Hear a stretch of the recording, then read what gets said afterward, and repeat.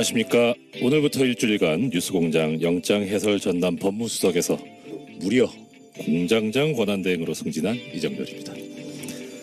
김어준 공장장의 이 목소리에 익숙해 계실 텐데 어색하지 않은가 싶은데요. 잘 부탁드립니다. 네, 문바라는 말이 있습니다. 문재인 대통령 지지자를 가리키는 비열한 용어죠. 그래서 별로 쓰고 싶진 않은데요. 이미 언론에 의해서 널리 알려진 터라 일단 쓰겠습니다. 수많은 정치인 지지자들이 있습니다. 하지만 바라는 용어가 붙은 것은 노바, 문바 뿐입니다. 반대 세력들에 의해 만들어진 프레임이죠. 이바, 박바 이런 말은 안 하잖아요. 문바들이 좋아하는 글이 있다고 합니다. 문재인 대통령이 새정연 대표였던 시절 안도현 시인의 글을 인용해서 쓴 글이라고 하는데요. 일부를 읽어보겠습니다. 그날은 절대로 쉽게 오지 않는다. 그날은 깨지고 박살나 온몸이 너덜너덜해진 다음에 온다. 그날은 참고 기다리면서 엉덩이가 짓물러진 다음에 온다. 그날은 그날을 고대하는 마음과 마음들이 뒤섞이고 걸러지고 나눠지고 침전되고 정리된 이후에 온다. 그날을 고대하시는 이분들 과연 비난받아야 할 사람들일까요? 문바들은 아직도 살얼음판을 걷는 기분이라고 합니다. 100년 이상 쌓여온 적폐들을 청산하려면 그 정도 아니 그 이상의 시간이 필요할 테고 지금은 그 토대를 쌓아야 할 중요한 시기인데 그래서 정권이 바뀌었어도 마음껏 기뻐하지도 못하고 있다고 합니다. 지난 2012년 대선 이후부터 문재인 대통령 지지자들은 정치인들과 언론들의 잘못된 기사나 정보를 계속해서 체크하고 수정해왔다고 하네요. 이것은 시민들이 정치적으로 더 고급지게 각성해서 정치에 적극적으로 참여하는 정치 변화라고 그렇게 이야기들을 하고 있습니다. 이러한 거대한 정치 변화를 언론이, 정치인들이 단순히 정치인의 팬덤으로만 해석하는 것은 문바를 혐오로 몰고 가려는데 불과하다고 합니다. 정치인들과 언론인, 이들은 왜 이럴까요? 그들의 엘리트의식, 권위의식을 건드렸기 때문 아닐까 이렇게 이야기합니다. 문바라고 매도하는 것은 바로 그들의 히스테리 현상이라고도 하더군요. 정치인은 물론 언론들도 반드시 팩트체크를 하시고 틀렸을 때는 바로 수정하시라고 권하고 있습니다. 정치에 적극적으로 참여하시는 직접 민주주의의 구현자, 헌법 제1조 제2항에 쓰여진 것처럼 대한민국의 주권자로 행동하시는 사람들, 이들은 바라고 혐오되어야 할 사람들이 아니라고 합니다. 이들이 바로 국민이라는 것이죠. 위대한 대한민국 국민 여러분, 존경합니다. 메리 크리스마스. 이상 공장장 권한대행 이정렬 생각이었습니다. 고맙습니다.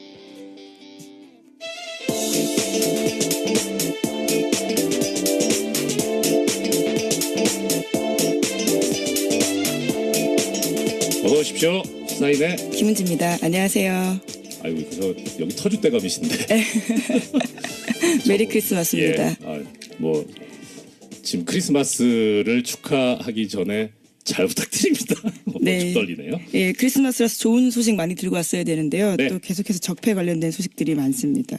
예, 부탁드립니다. 첫 번째 소식 어떤 소식입니까? 네, 다스는 누구 겁니까? 라는 질문 뉴스공장에서 아주 오랫동안 던졌었는데요. 이 질문이 점점 답을 향해 달려가는 모양새입니다. 네. 지금까지 BBK와 다스 관련 검찰 수사가 4번에 걸쳐서 이뤄졌지만요. 네. 계속해서 내놓은 결론은 봐주기다라는 의심을 사고 있었는데요. 이번에는 검찰이 2개의 수사팀을 동시에 투입해서 BBK와 다스를 겨누고 있습니다. 첫 번째 사건은 BBK 사건 투자 피해자들이 이명박 전 대통령과 김재수 전 LA 총영사를 직권남용 혐의로 고발한 건이고요. 네. 또 다른 건은 지난 22일에 출범한 다스 전담 수사팀입니다. 다스가 조성에 따른 비자금 120억 원의 주인을 밝히는 계획인데요.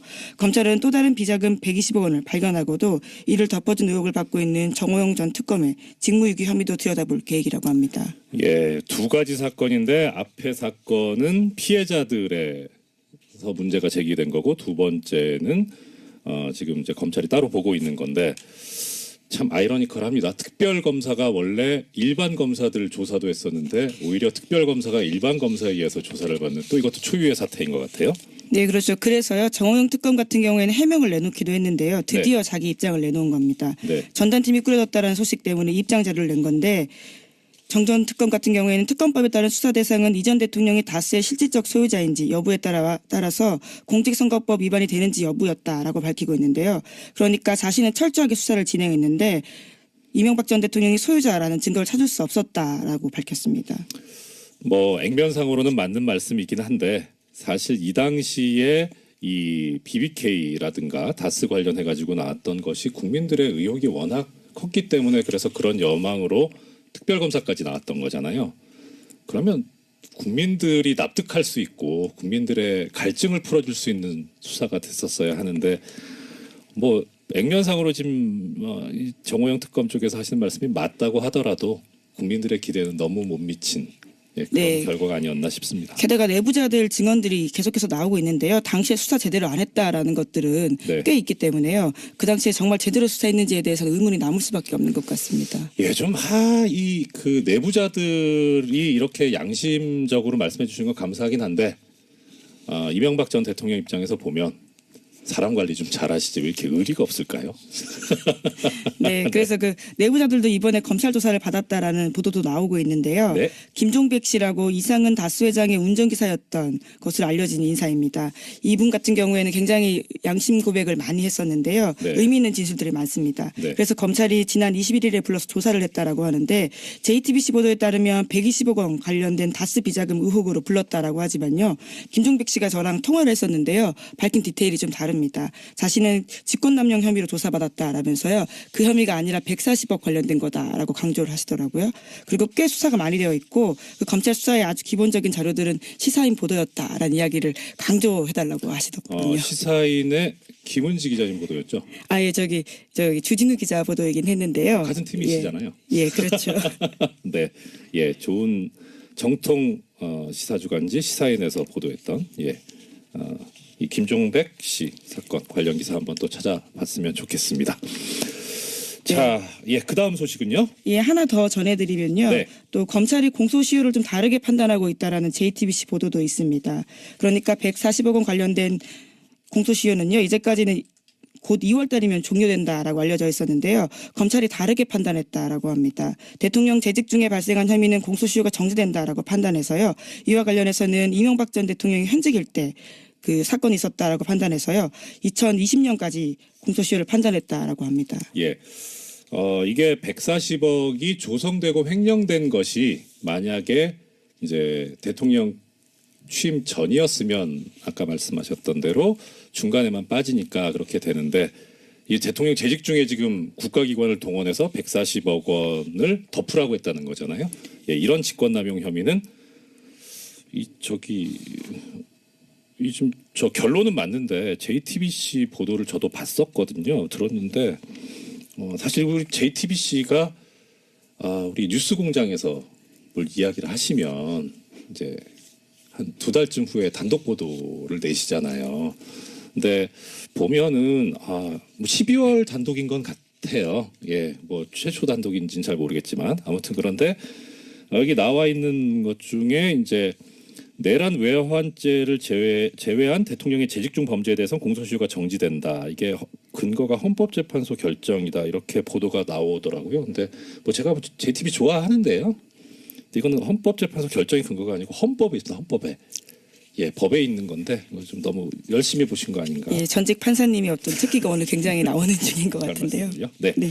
예, 아무튼 일단 공소시효가 좀 여유가 생겼다. 그래서 지금 다스가 누구 것이냐라고 우리가 많이 문제를 제기하고 있고 또 플란다스의 계획까지 지금. 네, 그렇죠. 예, 이제 국민들이 차분하게 또 꾸준하게 나가고 있는 모습들이 결실을 향해서 가고 있다라고 하는 아까 김은지 기자님 말씀이 좀 가슴에 와닿습니다. 예, 다음 소식은요. 네, 지난 20일 이원종 전 청와대 비서실장이 검찰에 소환돼서 조사를 받았습니다. 박근혜 정부에서 1억 5천만 원의 국정원 특수활동비를 받았다라고 자백했다라는 건데요. 이 전 실장은 특활비 수수 내역은 물론이고요. 사용처까지 자세히 적힌 자술서를 들고 검찰에 냈다라고 합니다. 이원종 전 실장 같은 경우에는 재임 기간이 지난해 5월부터 10월까지인데요. 이 전 실장은 취임 직후부터 석 달 동안 매달 5천만 원씩 모두 1억 5천만 원의 국정원 특수활동비를 받았다라고 합니다. 그리고 나서는 국정농단 의혹이 불거지자 이 전 실장은 급하게 일을 중단시켰다라고 하는데요. 검찰은 이 전 실장의 구체적인 진술을 토대로 이번 주로 예정된 구치소 방문 조사에서 박근혜 전 대통령을 상대로 관련된 의혹을 집중 추궁할 계획이라고 합니다. 이것도 아까랑 비슷한 맥락인데 왜 이렇게 의리가 없을까요? 참. 아니 범행을 숨기는 게 의리는 아니겠지만 그래도 뭐 이렇게 사용처까지 자세히 적힌 자술서까지 낼 정도면 이 평소에 인맥 관리, 그 부하 직원 관리를 어떻게 한 건지 좀 예, 어느 모로 보나 문제가 있었던 시기가 아닌가 싶고요. 네, 박근혜 전 대통령 같은 경우에는 탄핵 심판 내내 단 한 푼도 사적으로 쓴 돈 없다, 그런 돈 없다라고 주장했었는데요. 이런 네. 돈이 너무 끝없이 나오고 있기 때문에 좀 당황스럽습니다. 어떻게 보면 죄송합니다. 어떻게 보면 그 왕년에 김기춘 전 비서실장이 국회에서 나왔던 이야기가 생각이 나더라고요. 대통령의 모든 생활이 다 공적이다.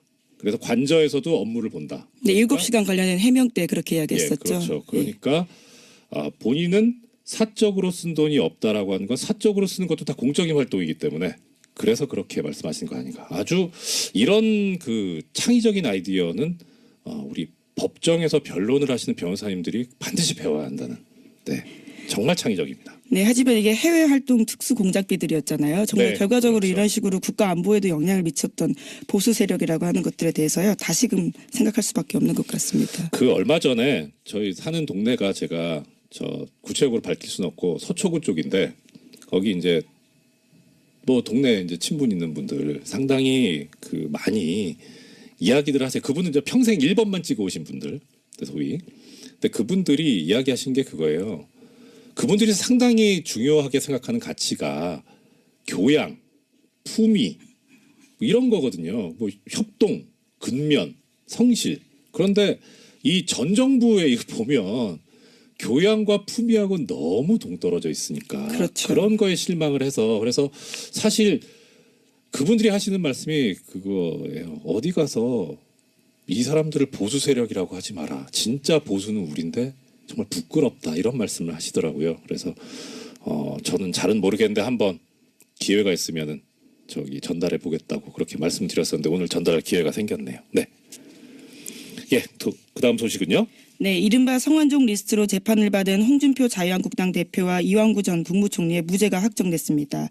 지난주 금요일이었는데요. 고 전 성완종 회장의 자원외교 관련 수사를 받다가 영장심사 하루 전에 이른바 성완종 리스트를 남기고 목숨을 끊은 지 2년 반 만입니다.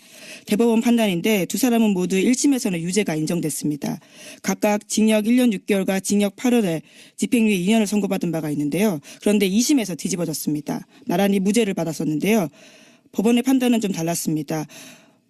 홍준표 대표 같은 경우에는 금품 전단자로 지목됐던 윤 씨의 진술에 일관성이 없다라고 판단을 했었고요. 이완구 전 총리 같은 경우에는 성완종 전 회장의 언론 인터뷰 녹취록에 대해서 증거 능력 없다라고 판단을 했습니다. 그에 대해서 대법원이 똑같은 판단을 하게 된 건데요. 그렇기 때문에 당초에 성완종 리스트에서 8명의 이름을 올렸는데 형사처벌 받은 사람은 한 명도 없게 된 겁니다. 예, 결과적으로 안타까운 죽음이 있었고 거기에 대해서 밝혀진 게 없는 그런 결과가 돼버렸는데 네, 돈은 준 사람이 있다라는 건데요. 받은 사람은 없다라는 결론이 된 거죠. 그렇죠. 이게 참 뭐 법 관련 종사하는 사람으로서 이런 경우에 설명드리기가 상당히 난감하기는 해요. 그러니까 우리 지금 법제상 이 형사처벌을 받으려면 엄격한 증명을 해야 된다. 그래서 상당히 이 증거를 좀 세게 요구를 합니다. 그러니까 뭐 많이 들어보셨을 겁니다. 심증은 가는데 물증이 없다라는 경우가 이런 경우죠.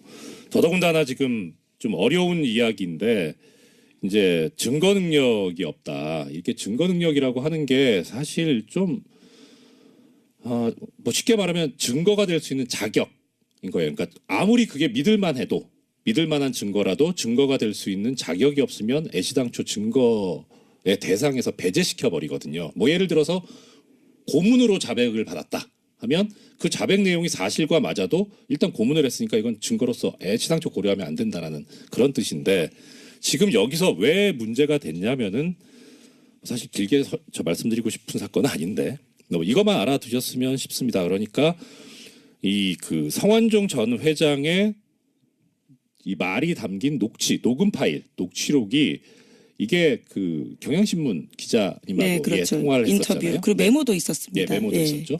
그런데 이게 원칙적으로 이렇게 어떤 사람이 범죄 혐의에 관련된 글을 쓰거나 말을 하게 되면 그것은 법정에서 꼭 제출이 돼야 되고 그다음에 그것에 의해서 피해를 받는 사람이 반대 신문을 할 수 있는 권리가 보장이 돼야 되거든요. 방어권이 보장이 돼야 되는데 문제는 이제 이분이 돌아가셨잖아요. 그러니까 법정에 나오실 수가 없어요.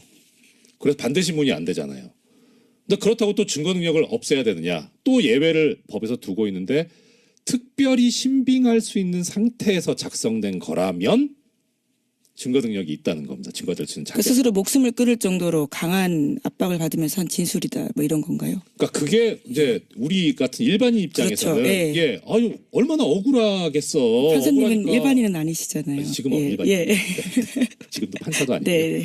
그러니까 얼마나 억울하면 죽겠어. 그러니까 그렇게 죽음을 앞두고 한 얘기인데 얼마나 신빙성이 있어. 네, 이렇게 보통 그렇게 생각하죠. 그렇죠. 예. 그런데 이게 법에서 요구하니 특별히 신빙할 수 있는 상태라는 거는 판례에 의하면 이렇게 되어 있습니다. 거의 허위일 가능성이 없고 임의로 얘기했을 그런 합리적인 의심이 안 드는 그런 정도까지 원한다는 거예요. 왜냐하면 반대신문을 안 하기 때문에. 그래서 상당히 엄격합니다. 그래서 좀 죄송합니다.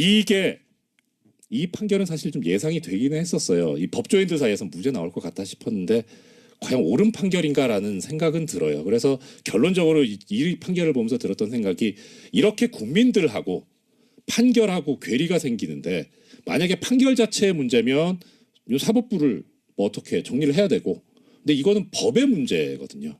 그러니까 법이 일반인의 인식과 동떨어져 있다면 법을 바꿔야 된다. 그런 생각이 들게 하는 그런 판결이었습니다. 네. 길게 얘기했네요. 네. 예. 그리고요. 예, 계속해서 판결 소식도 전해드리면요. 롯데그룹 총수 일가의 경영비리 사건에 대해서도 지난 22일에 법원 선고가 있었습니다. 신동빈 롯데그룹 회장은 징역 1년 8개월의 집행유예 2년 선고받았고요. 형인 신동주 전 부회장은 무죄를 받았습니다. 그리고 아버지인 신격호 총괄회장은 징역 4년의 실형을 선고받았는데요. 다만 고령인 이유로 법정 구속은 면했습니다. 재판부는 신동빈 회장에 대해서 회사에 손해 끼친 혐의 등에 대해서 징역 10년 선고해달라는 검찰의 요청에 대해서 일부만 인정을 한 건데요. 이렇게 이유를 밝혔습니다. 이 사건은 기업 사유와의 단면이 분명하게 드러난 사건이다라고 하면서도요. 하지만 우리 사회와 국가 경제 발전에 실질적으로 기여할 수 있는 기회를 부여하는 게 필요하다라면서 형 집행을 유예했다라고 밝혔습니다. 저기 김주 기자님 말문이 막히신 거죠. 그러게요. 예. 예. 이 지금 말씀을 듣고 계시는 청취자님들께서도 아마 그러실 것 같은데 저도 이거 보면서 기가 막히더라고요. 이것도 참 창의적인 판결 이유였습니다. 우리 사회와 국가 경제 발전에 실질적으로 기여할 수 있는 기회를 부여하는 게 필요하다. 그게 왜 법원이어야 되는지에 대해서 좀 잘 이해가 안 가는데요. 그러니까 실질적으로 기여했다도 웃긴 건데 예. 근데 기여할 수 있는 기회를 부여하는 게 필요하다면 이런 기회를 부여받지 말아야 될 피고인은 세상에 누가 있을까요? 이런 식이면 누가 실형을 받고 누가 처벌을 받습니까?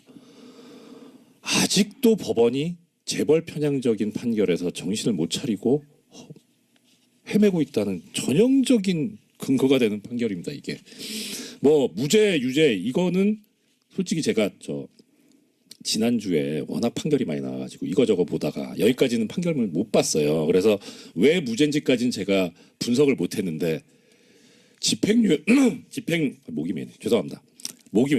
집행유예가 나오는 근거가 된 이 한 문장 국가 경제 발전에 실질적으로 기여할 수 있는 기회를 부여해야 된다. 이거요 대통령이 사면을 할 때도 이런 식으로 사면하면 안 돼요.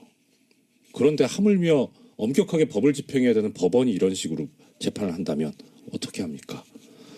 2017년의 법원 정말 실망입니다. 빨리 실망스러운 거 넘어가죠. 네, 그 뒤에 하나 더 있습니다. 네. 네.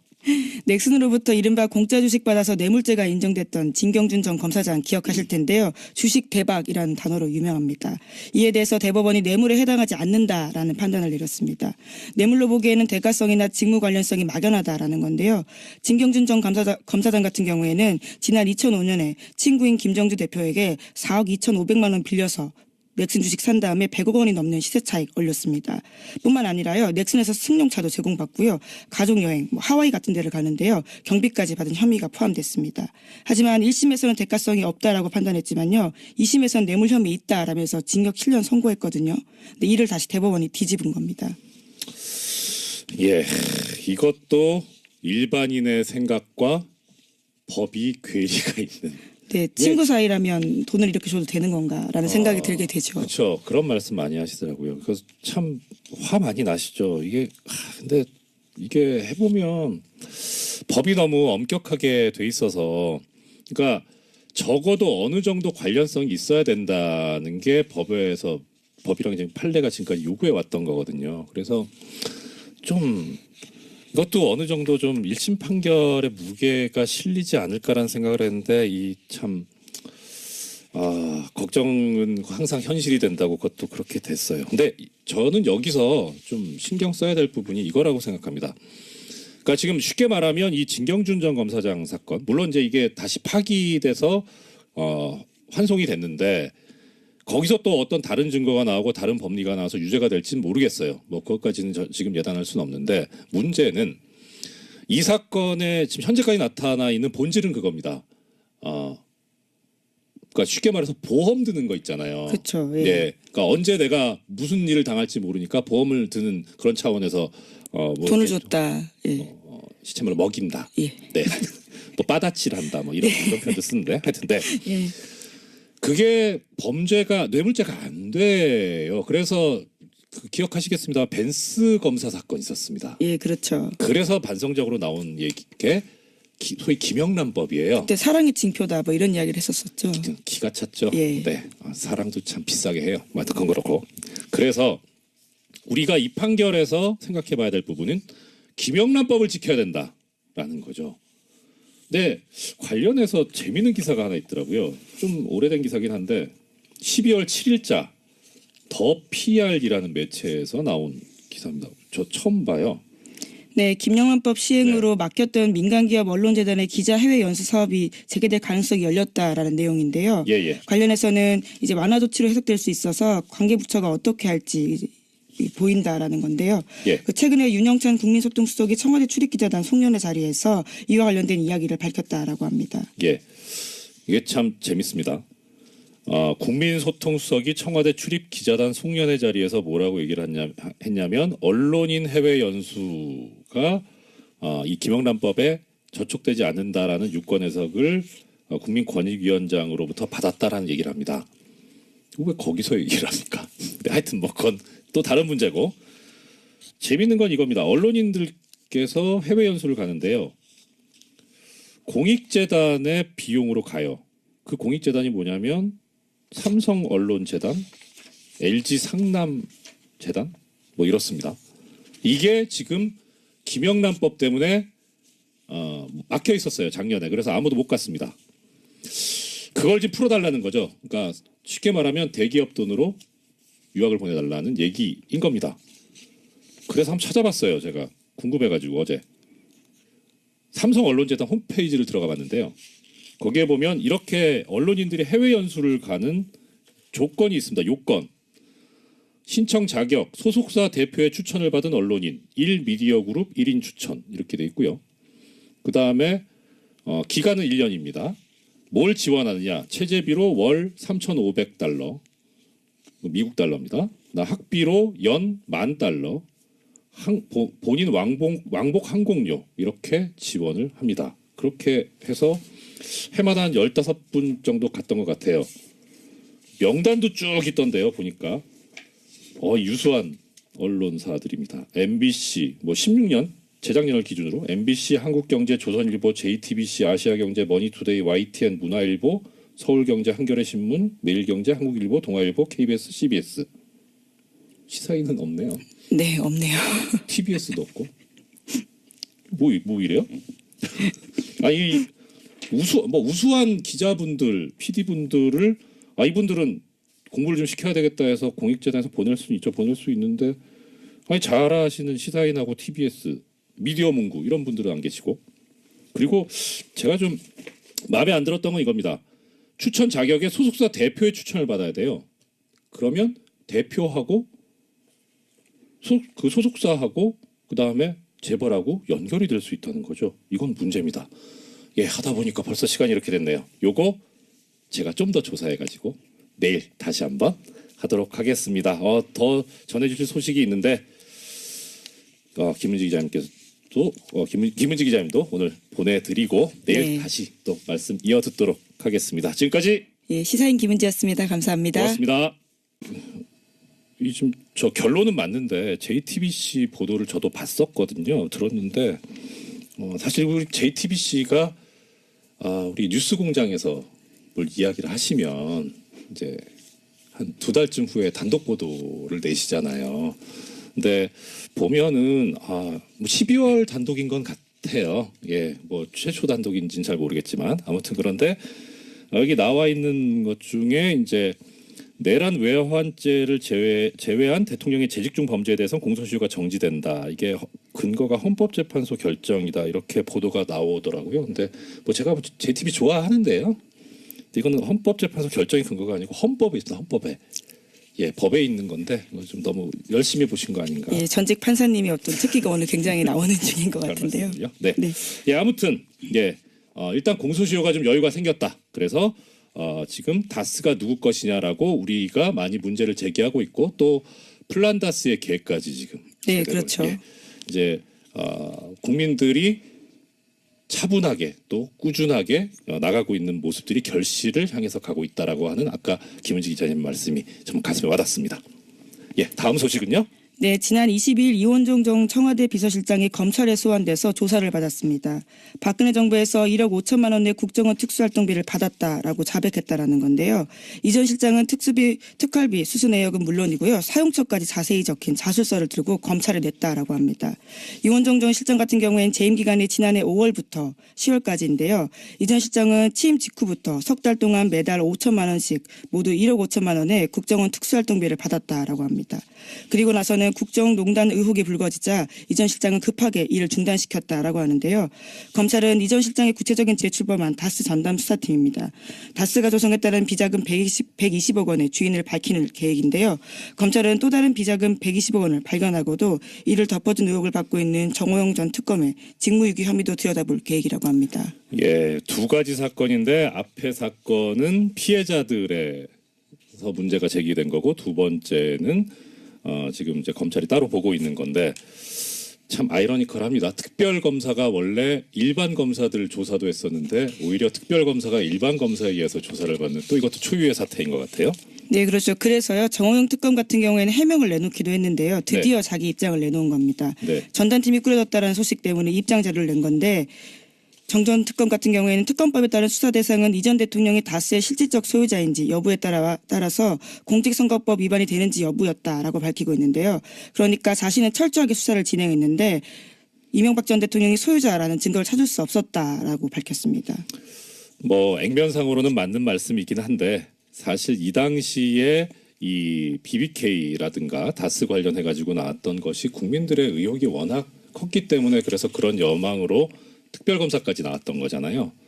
그러면 국민들이 납득할 수 있고 국민들의 갈증을 풀어줄 수 있는 수사가 됐었어야 하는데 뭐 액면상으로 지금 정호영 특검 쪽에서 하시는 말씀이 맞다고 하더라도 국민들의 기대는 너무 못 미친 그런 네. 결과가 아니었나 싶습니다. 게다가 내부자들 증언들이 계속해서 나오고 있는데요. 당시에 수사 제대로 안 했다라는 것들은 네. 꽤 있기 때문에요. 그 당시에 정말 제대로 수사했는지에 대해서는 의문이 남을 수밖에 없는 것 같습니다. 예, 좀 이 그 내부자들이 이렇게 양심적으로 말씀해 주신 건 감사하긴 한데 이명박 전 대통령 입장에서 보면 사람 관리 좀 잘하시지 왜 이렇게 의리가 없을까요?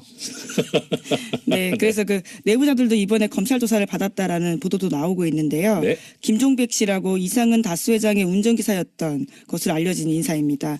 이분 같은 경우에는 굉장히 양심 고백을 많이 했었는데요. 네. 의미 있는 진술들이 많습니다. 네. 그래서 검찰이 지난 21일에 불러서 조사를 했다라고 하는데 JTBC 보도에 따르면 120억 원 관련된 다스 비자금 의혹으로 불렀다라고 하지만요. 김종백 씨가 저랑 통화를 했었는데요. 밝힌 디테일이 좀 다릅니다. 자신은 직권남용 혐의로 조사받았다라면서요. 그 혐의가 아니라 140억 관련된 거다라고 강조를 하시더라고요. 그리고 꽤 수사가 많이 되어 있고 그 검찰 수사의 아주 기본적인 자료들은 시사인 보도였다라는 이야기를 강조해달라고 하시더군요. 시사인의 김은지 기자님 보도였죠? 예, 저기 주진우 기자 보도이긴 했는데요. 같은 팀이시잖아요. 예, 그렇죠. 네, 예, 좋은 정통 시사주간지 시사인에서 보도했던 이 김종백 씨 사건 관련 기사 한번 또 찾아봤으면 좋겠습니다. 자, 예, 그 다음 소식은요? 예, 하나 더 전해드리면요. 네. 또 검찰이 공소시효를 좀 다르게 판단하고 있다라는 JTBC 보도도 있습니다. 그러니까 140억 원 관련된 공소시효는요. 이제까지는 곧 2월 달이면 종료된다라고 알려져 있었는데요. 검찰이 다르게 판단했다라고 합니다. 대통령 재직 중에 발생한 혐의는 공소시효가 정지된다라고 판단해서요. 이와 관련해서는 이명박 전 대통령이 현직일 때 그 사건이 있었다라고 판단해서요. 2020년까지 공소시효를 판단했다라고 합니다. 예. 이게 140억이 조성되고 횡령된 것이 만약에 이제 대통령 취임 전이었으면 아까 말씀하셨던 대로 중간에만 빠지니까 그렇게 되는데 이 대통령 재직 중에 지금 국가기관을 동원해서 140억 원을 덮으라고 했다는 거잖아요. 예, 이런 직권남용 혐의는 언론이 정치인들이 단순히 정치인의 팬덤으로만 해석하는 것은 문바를 혐오로 몰고 가려는데 불과하다고 합니다.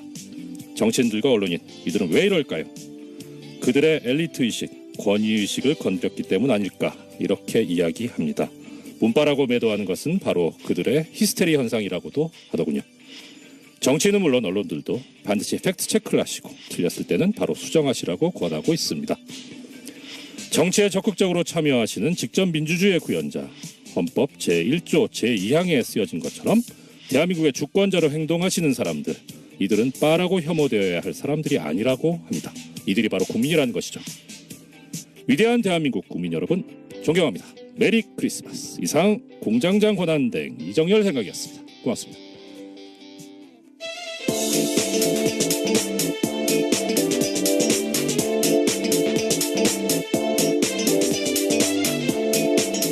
어서 오십시오. 시사인의 김은지입니다. 안녕하세요.